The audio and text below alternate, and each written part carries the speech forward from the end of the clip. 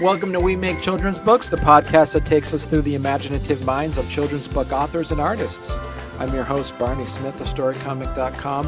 We're excited to have with us the wildly acclaimed and award-winning and highly talented children's book author of Books for Benjamin, Mr. Rico deRouen.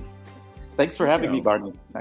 You're nice welcome. And so I'm really excited to talk to you about your latest book, Books for Benjamin. I read it. So first of all, it was as soon as I started reading Books for Benjamin, it's about a worm who likes to read books. For right off the gate, I'm thinking bookworm. Like, this is like the first thing that you're going to think of, bookworm. But there's a surprise ending in the book, which I was really excited to see. Right. So I don't want to give it away, but for those that you need to pick up the book and read about Books for Benjamin, there is a surprise ending in it as a children's book. Rico, do you want to first kind of give people a little bit of background of yourself and how you started getting into writing children's books? My wife, who's Austrian, we travel a lot in the world. I'm an international teacher. Early on, I was in business, but when we met, we got married in Kenya. And my dream was always to go out and see the world and meet a lot of people. I used to be a camp counselor. So that's probably my first part of working with kids. And in Kenya, I met a nice friend who told me, well, you love camp and children. Why don't you consider going back home and getting, I'm from the US, Californian though, getting retrained as a teacher. And so I did that after Kenya. But during Kenya, that's where I discovered a lot of, Africa has a rich tradition of storytelling. And my wife and I had a lot of Kenyan friends. Our favorite thing to do was go out on safari. So about every other weekend, we would take our Jeep and drive out, and we had to photograph the animals in camp and just spend hours watching them. And stories happened because we were, our friend is always sending us on wild goose chases and saying, oh, you need to go. You never saw the hippos. I said, no. Okay, I better go back and camp at this place. What he didn't tell us was they could be a bit dangerous too. And we got actually attacked in our tent.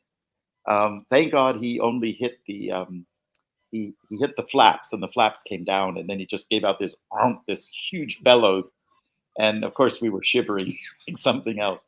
But you develop some respect for the animals, but right. It's amazing when you sit and watch elephants at play. And we used to sit for hours just watching some of the elephant children.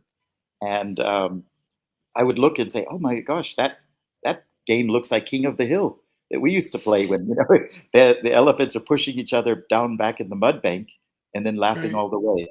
And so stories developed from there. And I went later on to New York and got my teaching certificate. Fell in love with the East Coast, actually. You said in a previous interview as well that Books for Benjamin, this actually was a long process. You had this idea. You have like pre-Amazon days that you had this idea for this book. Exactly. So talk to us a little bit about how the evolution of the story, the seed of the story took place, and how did the process go by picking it up and putting it back down, and then the actual event of you just deciding, going to the coffee shops, as you said, is to just type it out or just write it out. How did that process happen for you? Yes. Well, I started when I was in New York as a teacher. I was lucky, and I was able to take some courses at the Institute for Children's Literature in Connecticut. And that's what got it off. And I had a really nice mentor, and she's the one who Benjamin was one of the first stories I did back then. Amazon wasn't even around. That made a lot of things possible. I'm a self-published author. Back then, you couldn't do that. It was only traditionally published was possible. And so when I wrote the story, it started as a magazine story. But Ruth, who I was working with, my mentor, she said that, oh, but I think this has potential for a book, for a picture book. And I thought, oh, that might be nice. But unfortunately, life gets in the way over the years. You have children, and then you're teaching at the same time. Somehow it just stayed there. I didn't really do anything with it until about 4 or 5 years back. And I said, no, this story is nagging there. It's something that's still out there. I was also writing an elephant story as well that's about to come off. Everything had changed, with the birth of Amazon and Ingram Spark is a print-on-demand company, and all of these things made it now possible that maybe I should try this myself. Little did I know there's a lot that's involved, more than just writing.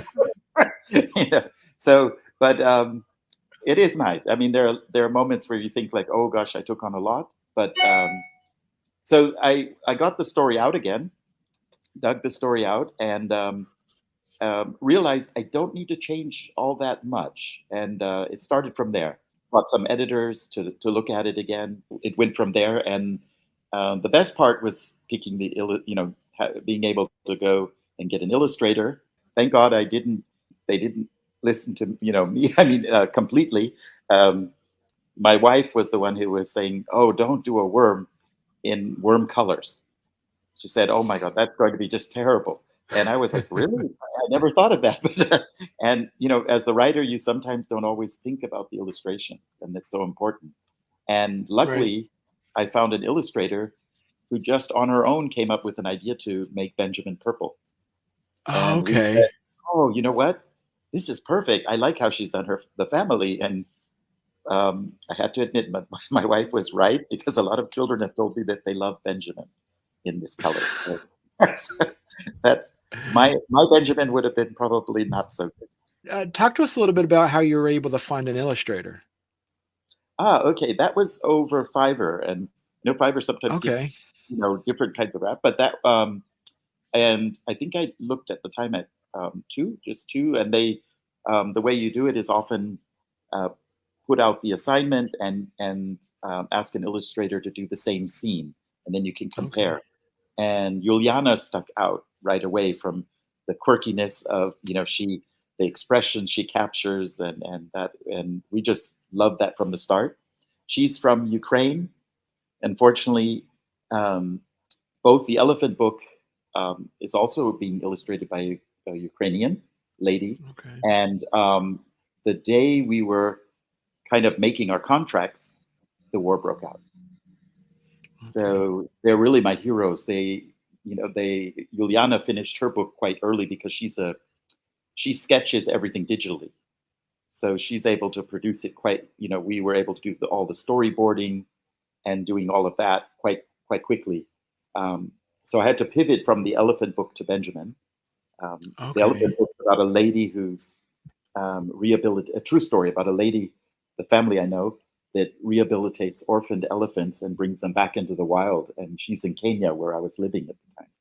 And Oh, wow. Okay. Kate is working on this one, but it's I don't know how. I honestly don't know how they're doing it. Producing these things. And in fact, one of them wrote me and said, "I'm really sorry, that to do this to you, because now the war's broken out." And I said, "No, don't worry about it. I'll continue to pay. Just stay safe." And to flee, her area was devastated, and she's still in Ukraine. You said in one of your you mentioned previously as well in one of the talks that you had, is that it's one of the successes that it's important for a children's book writer to do is actually write in your personality into your books. Oh, yes. Do you want to explain a little bit further what you mean by that? Yes, it's well, I've always liked, even as a kid, I like anything with some humor, and even in my classes, I just got an evaluation from some of my kids that just came back, and I was just so happy to hear that most of them, actually quite all of them, wrote, "He loves to make jokes, and he gets us, and he cares about how we're doing." And I think that's the best that any teacher can hear, is if they're happy and they like to be in school and they like to be with you. And and and they said, "And because he tells stories."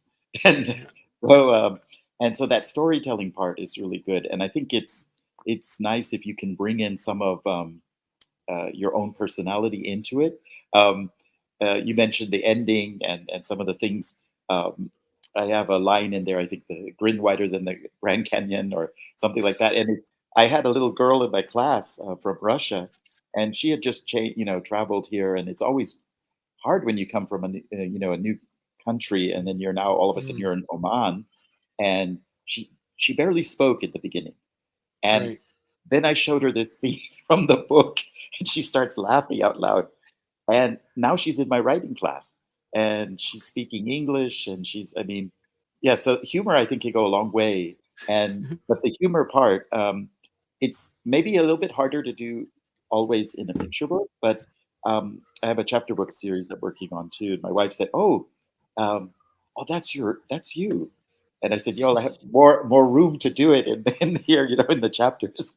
But yeah, so I think it's always fun to infuse a little bit of your personality and Right. quirkiness, and everyone has little different quirks. Right.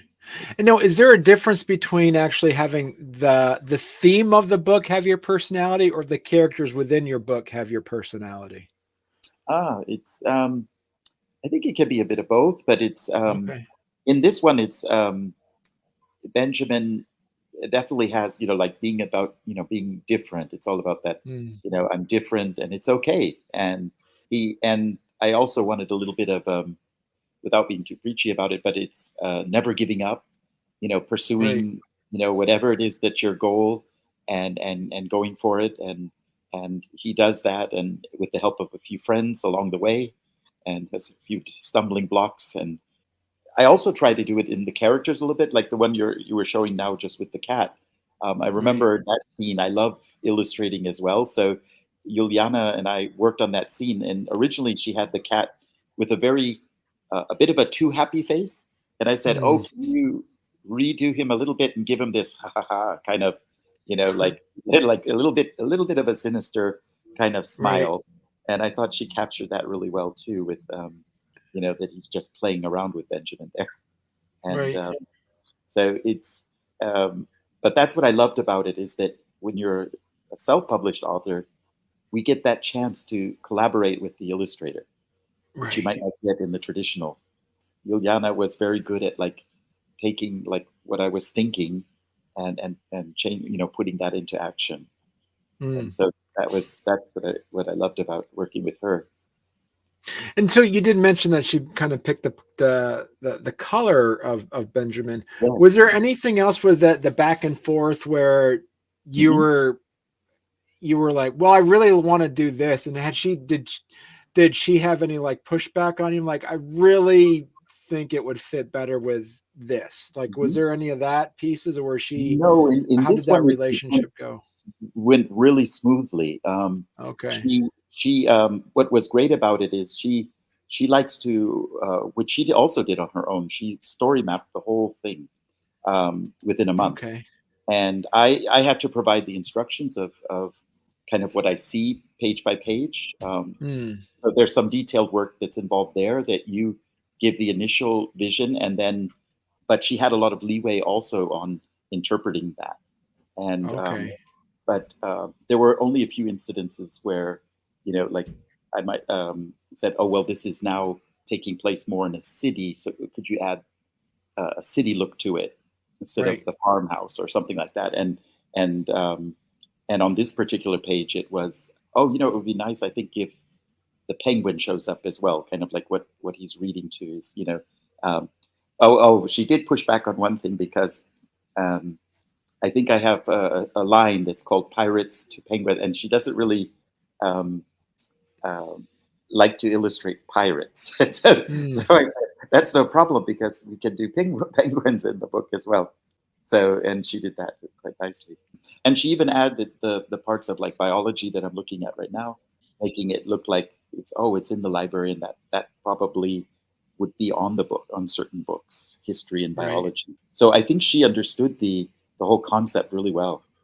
Talk to us again about the scripting piece to it. Like, how different is the actual final product draft compared Mhm. to your original? Was there how much of rewritings did you have to do, and what were some of the feedback you get from editors Mhm. that you received? Yes, I was lucky with Benjamin that the original rewrites were done long ago, and so when I went to Okay. the editing stage, um, they liked it quite. quite quickly. And the one area that definitely needed some change is I have a habit of, I tend to write in a passive tense more, and picture books require a lot of, you want that action. And Okay. I got lucky with an editor who, so just slight changes to the verb tense and how she did that was perfect. And I said, oh yeah, that makes sense. And but I've had that tendency since, elementary school, high school, everything, to write more in a passive voice. Right. And so that's really good. And I think a great tip is to always, get outside help and others who look at it again. But the basic sentences, I didn't have to change a lot at all. I was lucky Okay. with this one. Mm-hmm. For those that might be listening or watching this who might be daunted by the idea of self-publishing, what is some of the advice that you would give that for those that are thinking about self-publishing their own children's book? Okay. Yes. Well, I did a lot of reading up on different aspects of it. I probably should have done a bit more about the marketing part, but yeah, that's because that's the one area that once you're done with the book, the written part and working with editors and your illustrator, it's all very, very doable. But marketing was new, so I needed to get my head around that, and I kind of there's the whole social media aspect, and I kind of see myself as a bit of a social media misfit. So my daughters helped me with that one, and that you need to get out there on Instagram or Facebook and Pinterest and different parts of that, and just trying to get your book out there to be seen. And but there are a lot of good people who write about this kind of thing and can give you advice about where to look for and find your niche and who would be your reader and your market. And the in this case, with children's picture books, it's primarily the parents, and the large percentage are mainly female, and so it's that are buying those books. Although dads are going in too. I'm one of those that I can't go into a Barnes and Noble without going to the picture book section and buying, coming out with a whole bunch of them again and telling my wife that, oh, this is what I'm going to use in my classroom again. And so it's my excuse for getting a few more books. And but I find they're just the illustrators and what they do and the writer. It's just amazing that some of these books, and I love what kids get out of them and how they'll go back to them. Even at my age, we go back to the books that we love, and still reread them. And so, like, you brought up a good point too, is like one of the aspects of children's books is that you write it for children, but you also have to write it for adults who are going to be reading it to children, or adults going to be buying it for children. What are some of the lessons that you learned throughout this process that you're going to be taking forward also with your elephant book and some other sequels? Yes. That market is, they're looking for books that, that I think I like to write in a certain style that entertains and at the same time is educational. So so far what I've been writing kind of has a combination of that. With Benjamin, it's the whole valuing libraries idea and going after certain aspects of your goals. I'm also a big nature lover and was fortunate to one time work with Jane Goodall a bit and in schools, and the whole aspect of going on safari and learning about these animals, and kids love animals. So the parents, I think a lot of our parents are looking for that combination, books that can inspire their kids to love reading, but also at the same time they can maybe learn something about the world and other children around the world, nature and animals. And very big is also right now currently the like what Bethany Stahl does, Save the Earth kind of series, and the plastics problem in the ocean, and kids are actually very receptive to. I see that in my own teaching, these kind of issues that are in the world, and they really want to help. They're usually their hands go up and they say like, well, I think I can do this, or I can do this and make a change. And so I think a lot of parents are out there looking for books that help inspire and give their kids confidence, to be whatever they'd like to be and create things themselves. Right. And how, because I noticed too, is like one of the, as you mentioned Bethany Stahl as well, is that there seems to be a trend of making sure that you have companion activities with a children's book. Yes. So talk to us a little bit about what some resources that people that are going to be looking at books for Benjamin, what are some of the companion activities that you have available as well? Yes, I have. There's a maze that we put out. I have another PDF that'll be coming out. It's a download that we call these teacher guides often. Okay. But a lot of parents make use of them, especially homeschooling parents. And they usually have the different subject areas in school. Often there's math activities, art activities, like where in my case it's they are going to be making a bookmark, or going on. They have activities like going on a treasure hunt in the library, right, and learning about different genres that are in the library. So that's very typical often now. And so my initial one was just the bookmark and coloring pages. That's often there. But there's now going to be a whole activity section that's everything from geography to often history.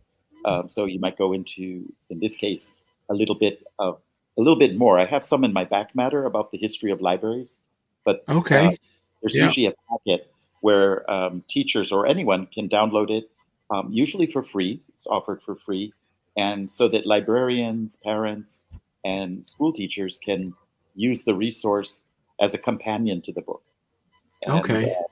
And that's very often very popular now. And I know as a teacher myself, I always appreciate it when I'm doing guided reading groups and working with kids. Is there a packet that's downloadable that I can use that the author's already provided for me? And, and with activities and such. So that's. Because you mentioned a really good point, is like you're also a teacher, and what are some of the activities that you're also looking to add? Other activities, as we talked about, the maze, the coloring sheets, the bookmarks. Is there anything else that you have in process that will also be some companion pieces that go along with books for Benjamin? Yes, the books for Benjamin. The historical part is more about going into that, about the cuneiform and and different types of writing, and without giving too much of it away, but in the end about how the copyright symbol becomes such an important piece to this book, and what is that, and what's behind that, and so that's kind of the historical part. The another activity we have is for making. This was kind of fun too. It's already started in some schools, but some of the kids have dressed up and become the character. So they made their own Benjamin and showed up at a speech that I was giving, and that was a nice surprise. And that's now coming in the packet as well. Is like illustrating for the younger ones. It's maybe an illustration of the characters that they like. They might like Dottie or Ginger, one of the other characters in the book, and others have actually, out of paper mache, or actually made a costume and dressed up, because it's very popular now. Often in schools, we do something called Book Week, and we have dress up as the character day. Oh, cool. So that's another activity that teachers can make use of. And you mentioned too that you also have another book coming out, your book about the elephant. Yes. and the elephants, that one is even, it's again a picture book, but it's based on, it's a nonfiction picture book, because it's about a true lady who rehabilitates orphan elephants, and it takes about 10 years, the whole process. And her goal is not to have them as pets. Unfortunately, their parents have been killed by the poachers, and so she rescues them. And then, the challenge she has is the older ones, she's been able to help them survive. But what do you do with the ones who are so young, they're still milk dependent? And so she was the first in the world actually to create actually a milk product that works, that's elephant baby formula. Oh, wow. And Okay. so, and then it's a long process, and she has a whole team working with her in Kenya. And then the amazing part is the elephants sense that her orphans are ready to go back into the wild, and a lot of her former orphans, even though they're thousands of kilometers away, sense that the new ones are coming and come to receive them and take them back into the wild. Oh, wow. Yeah, it's Okay. an amazing thing that elephants do that. Right. They'll do take care of their own. Right. And so she's been very successful. It was very difficult to do, and unfortunately, she passed away just a few years back. But her family is carrying on the tradition. And so, how is it different between writing a fiction storybook about a worm as compared to a nonfiction children's book? How did you have to pivot with that through the creativity process? Oh, yeah. It's quite different. I mean, the tradition now of storytelling it's a little bit different than when I was a kid. Usually, the nonfiction books were, about biographies were always written, in a timeline where, from birth to death in this instance. And nowadays, it's not always that way. You can start with a different aspect. There's usually a theme behind it, and it could be another one I have about a boy who's helping, challenge, tackling the aspect of the plastic problem in the oceans, and what he's doing about that. But the book is about how he's into tinkering, and he was bullied as a kid, and so but that how he was more of an introvert actually helped him, solve puzzles. So the theme is Oh, more okay. about like how he overcomes certain things. And with Daphne, the elephant book, it's a bit similar. She's another one in a way like Benjamin, who doesn't give up. She's challenged by a lot of things, but her love of the elephants keeps her going. And but the difference is the research, because Okay. it's a nonfiction. Everything I put into the book, even for the illustrator, from the plants that are there, have to be actually in Kenya, where she's from. And Right. so there's a lot of research that goes into making it authentic, and otherwise it turns into, they will consider it a fiction piece. And but if you want it to be actually a nonfiction biography, then there's a lot more research that goes into every aspect of her life, and so that's important. Whereas fiction, it can be entirely made up, and you can create these worlds, but with nonfiction, it'll be fact checked. You need to have your documents, and actually a bit of that will also go back into the back matter. There'll be a Okay. bibliography in the back. Again, activities that you do. And actually, there are a lot more activities in that, because you can bring in mathematics and geography, activities that have to do with, those kind of things, and Right. science as well. If people are interested, then Rico, to Mhm. learn more about Books for Benjamin and your upcoming books, where's the best place they could go to? I would say my website, it's rgdeRouen.com. And Okay. yes, that my author website, and uh, that's where I'll be posting also the future books. There's also a sequel to Benjamin coming up as well. It will be soon out. The elephant book I mentioned is due to come out. I'm hoping by August, which is World Elephant Day, and Wow. so that's in the works, and hopefully coming soon. The So there's a little bit about me there, and the activities, also this teacher guide I mentioned, will be soon posted here as well for download. Well, listen, Rico, this has been great, and you got to come back on then, I guess, in August or September when your next book comes out. Oh, I love it. Thank you so much, Barney.